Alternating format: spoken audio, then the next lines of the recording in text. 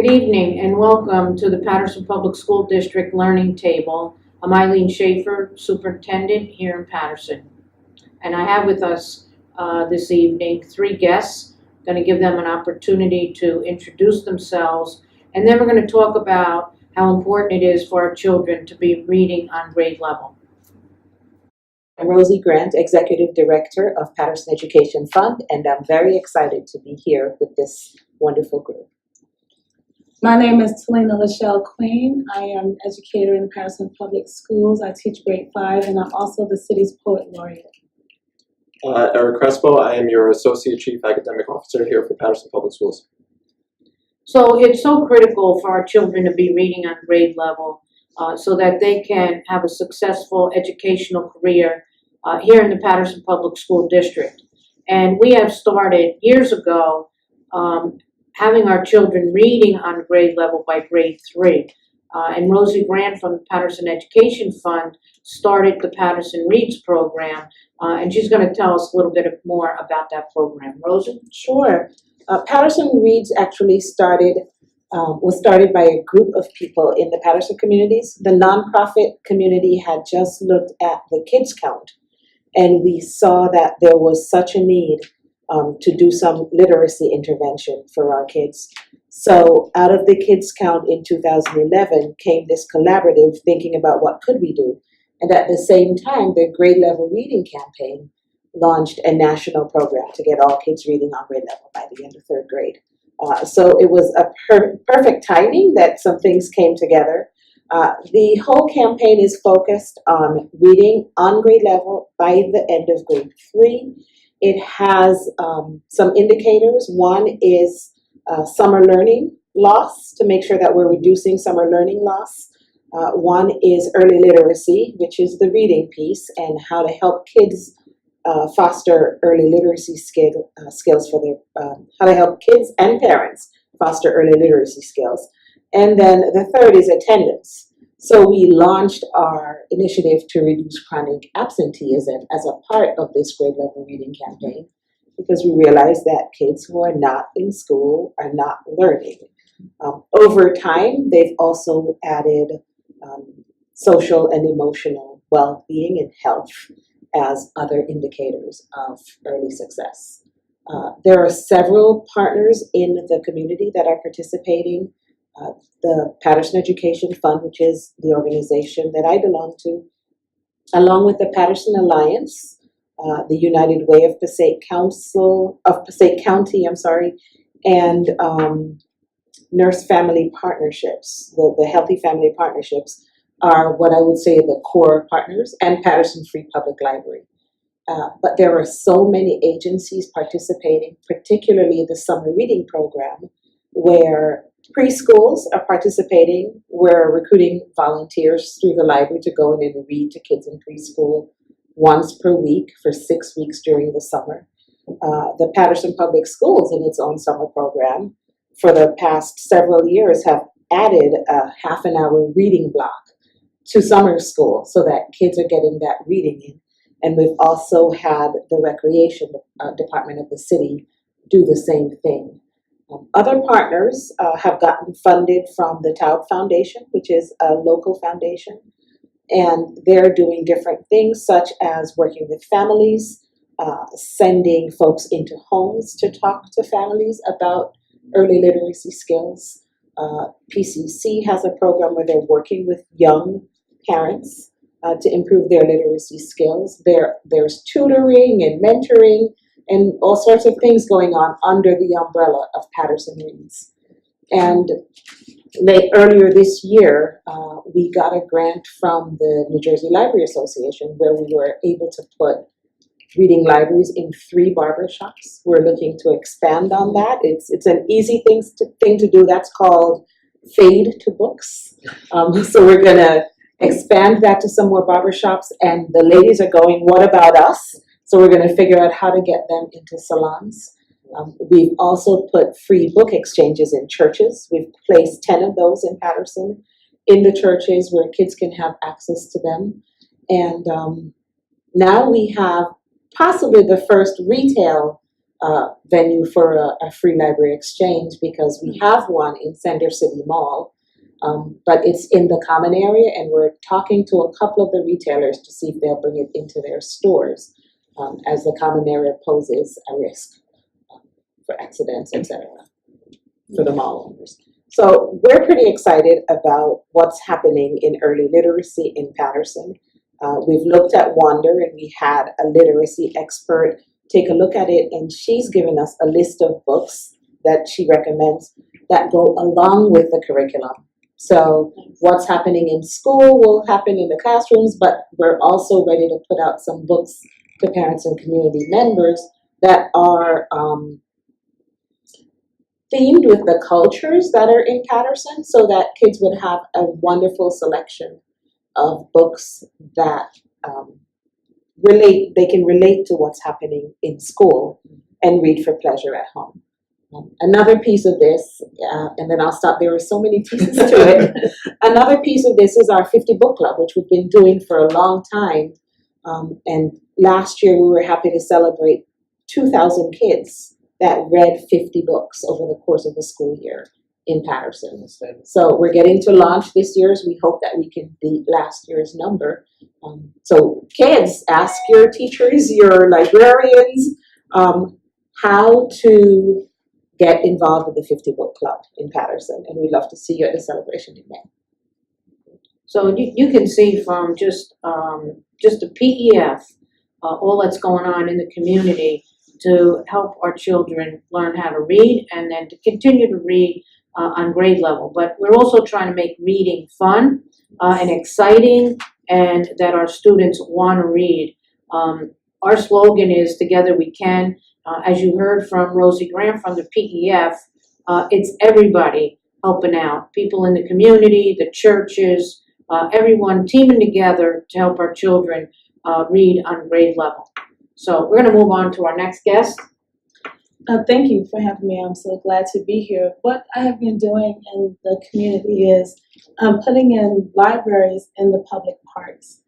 My idea about that was to make the reading really fun, to create some celebratory experiences for our community that included both adults and children in public spaces where it was accessible to most people.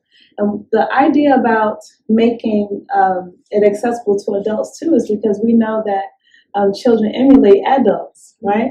They emulate, our mannerisms, they emulate how we dance and all of the other things that they are learning as they come of age.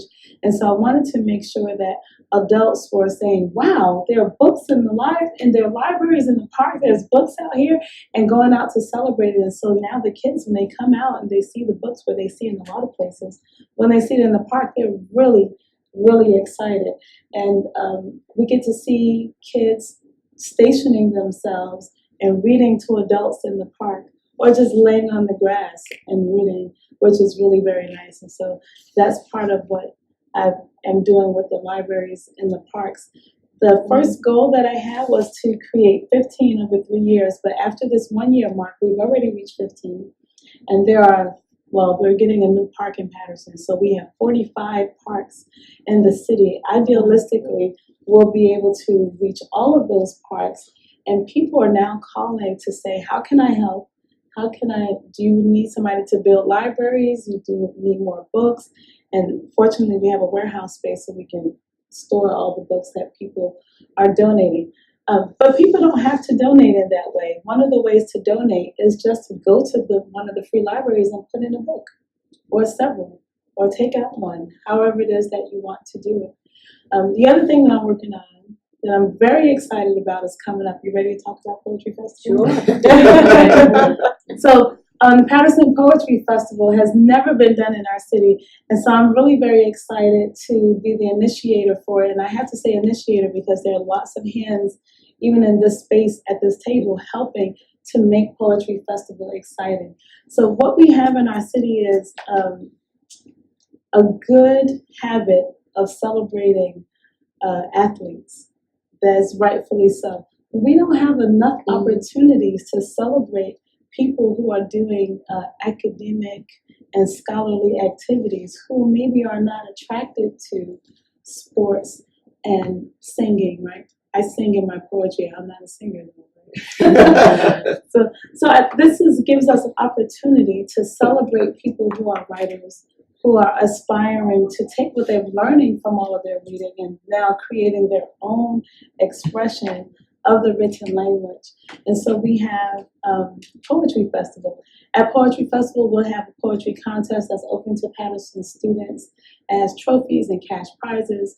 We have a slam section, and the slam hour is being hosted by the New Jersey Grand Slam champion, which is, I'm very excited about it. He's Uninvited May from 2008 Grand Slam champion. And we have a homage hour. Everybody here can do homage hour. What does this mean? It means that you have read a poem that you love, but you're not a poet. You just really love it. It's your favorite. You can come to the stage with your favorite poem and read it to the audience and then go back to what you were doing before. So we'll have some selections available for people who want to choose a poem, but bring your own, either in hand or in memory, and you can do that. And open mic is critically important. Critically important. Anybody who feels like they want to read a poem can just come up at any time that they want and do it. Well, any time within the designated time, right? So we have the 1 o'clock hour for open mic, the 2 o'clock hour for open mic. And there's storytelling going to be happening. We're giving away free books on this day. We have storytellers, we have arts and crafts, we have music, it's a festival. So what vendors, food, but all around the celebration of the written expression and the oral expression. And say where. It is Saturday, thank you. It is Saturday, October 6th at the 7177 Hamilton Street out there in the plaza between the courthouse and the social services building. It's a beautiful space that the county has created for us, and we'll be using that space for Poetry Festival. The streets are going to be blocked off. Patterson Parking Authority just a couple days ago gave us courtesy parking, so if you get there early enough, you can have courtesy parking. And it's just going to be so nice. I'm biased, but it's going to be really, really nice. It's a celebration of language, which is what we're doing in the school district, which is what we're doing with the program that you are doing, which is what we're doing with the free libraries. So we're celebrating. Right.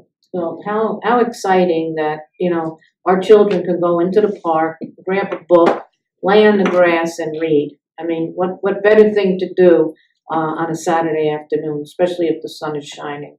And also for our children to get outside and get in the park.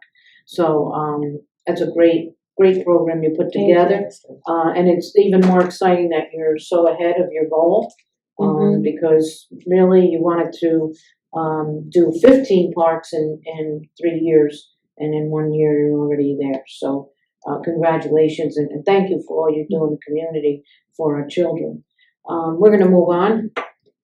So this year, the Patterson Public School District has adopted a new reading program, and that reading program is from McGraw-Hill Wonders, and it will be implemented in grades K to 5. And Ms. Schaefer in the district, she always talks about, anytime we're looking to implement something, to look for innovation, to look for equity, to look for personalization, and that's what we did with this program. Innovation because it has a digital component, anytime, anywhere, that allows the kids to use tools on the internet to highlight, to help them decode words. Personalization, because if the student needs enrichment because they're reading above grade level, they have text for them. If they have, we have students who are reading below grade level, they have text for them, but on the same exact subject. So there you have your you have your equity, you have your personalization, and you have your innovation. We also, it's important that the teachers, so we always had resources for the teachers, but it was important for them to have all these components under one umbrella. And that's what we did. So it's not that we had a phonics program by one company, and when you had your phonics instruction, it had nothing to do with what you read. Now when you have your phonics instruction and you read the book, you're going to actually see those words that you were decoding. And then before we had we had a program for writing, but it had nothing to do with what you read. It had nothing to do with the phonics that you were experiencing that day. but now they all are combined and they all link together. So we thought it was important that the kids be able to be innovative, be able to have equity for all, and that personalization. But we couldn't stop there, so we're excited about the reading program. So the next thing, we needed a campaign. And when we started thinking about the campaign, we needed a slogan. So the first person I called is sitting right here, Miss Rosie Grant. And we sat down and she told me about different campaigns she's run and different things that she's seen that's motivated her on this initiative for reading.